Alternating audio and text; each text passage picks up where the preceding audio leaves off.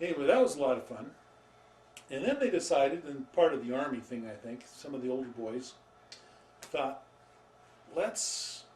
they'd heard about kids playing with match heads. A wooden match has a phosphorus tip on it. As you strike the match, that's what strikes and burns. Mm-hmm. And they'd learned that if you take the tips of the match heads and put them all together, you could put them in a bullet shell and you could make it go off. Well, so they sent the 12-year-old boy to the dynamite store, and there was such a thing back then in Hawthorne, and he bought 100 feet of dynamite fuse, which of course today would be just unthinkable, but back then they sold a 12-year-old boy 100 feet of dynamite fuse. So anyway, what they did is we would get our dad's 30-06 shells, absolutely forbidden, and get a pair of pliers, totally dangerous, grab the bullet end of the 30-06 shell with one plier, the other pliers held the casing, and we'd wrench the bullet part off, and we poured out the powder and saved it. Then we put the match heads in this empty case.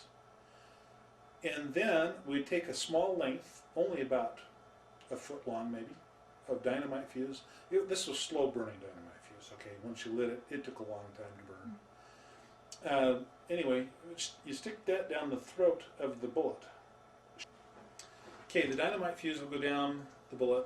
You'd crimp the top of that off and form the top of it, force the top of the bullet around the dynamite fuse so that it couldn't come out. We found a 3/4 inch pipe that had on the bottom of it a metal plate welded on it. It had been used to stir cement mortar, and we turned it into a different kind of a mortar. And anyway, the idea was you drop this 30-06 shell backwards, the fuse end first, down the pipe, and then you'd aim the pipe, and when the dynamite fuse would light the match heads, boom, off it would go, and it would whistle as it went, and it went and it would go quite a ways. But when we went and found the casings, we noticed that it had split into ribbons of brass, so that the top end, which is really the base of the bullet usually,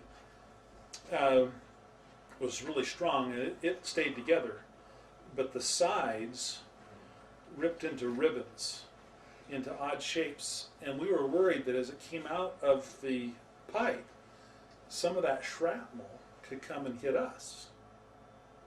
We thought that was a bad idea, and so we thought what we need is a bigger bullet. Oh. And so I didn't do this, but my brother and his older buddies went to the Marine Corps gunnery range where they practiced military exercises with live ammunition, and they found a large amount of 50 caliber machine gun shell casings, which is a bullet that's about this long and about this big around and fits down exactly on the inside of a 3/4 inch pipe. And we decided, since it was so much bigger, that what we needed was not match heads, because it would take us way too long to cut so many match heads. We needed the gunpowder from the 30-06 shells that we had used earlier, plus we got some more. And we put the gunpowder in there. And we, again, put the dynamite fuse down the throat, closed it off with a pair of pliers, drop it down, fuse first.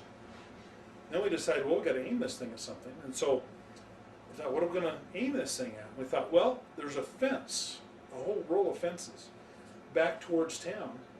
Let's see if we can hit the fences, the first set of fences back at town.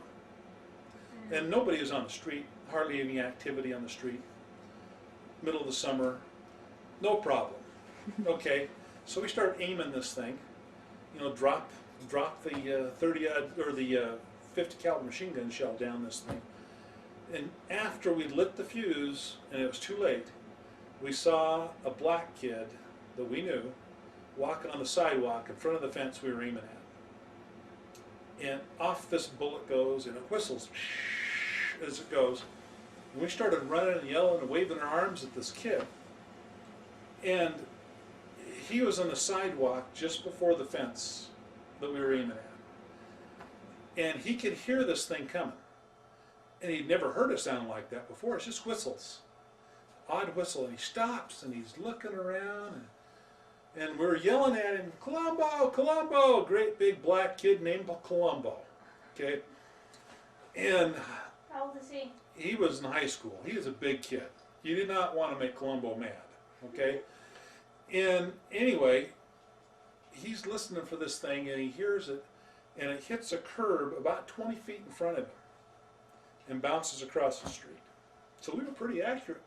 It would have gone almost a mile to get that far. And so our accuracy wasn't too bad. But he ran across the street and picked it up. Oh no. And it burned him. And he dropped it instantly, of course, you know. Meanwhile, we're in the alfalfa fields by then. And we're, hey, Colombo, Colombo, man, we are so sorry. we are so sorry. We were not aiming at you, man.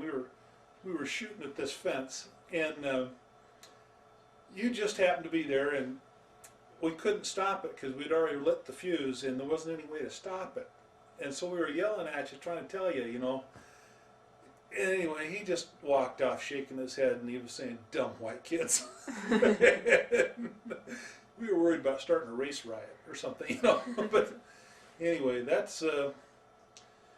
was what we did with those 50 caliber machine gun shells. Did they blow up? Now we also had some enemies nearby. They had their own fort, and we launched our mortar actually at their fort actually, but that didn't seem like too good of an idea. But their fort had a way for them to tunnel in and to get in their tunnels, and they did. When they saw us shooting at them, they'd get in their tunnel. And anyway, we managed not to kill anybody, but Aunt Desley, it's our older sister, found out about all this, and instead of telling our mom about it, she told Dale, Dale, you gotta stop doing this. Somebody's gonna get hurt. And I remember the great sadness when Dale came to me and said, Jim, sorry, we gotta quit doing this. Somebody's gonna get hurt. Ah, Dale, come on, man, this is so fun. Anyway, we had to quit, and we did quit. And my mom didn't know about this until I was 30 years old or so, or... You were married, I know. I don't know, yeah, we were well married, I think, and I finally fessed up and told my mom what all had gone on, because we go to 7:30, we go to work in the morning, come home 4:30 when our dads came home. They're all over And Mom didn't know what was going on. She just knew that we were out of her hair. And we were having a really good time. And anyway, well, we did have an absolutely fantastic time, but she was horrified when she finally found out what all she could do. Yeah, she was amazed what we finally did, but that was a lot of fun.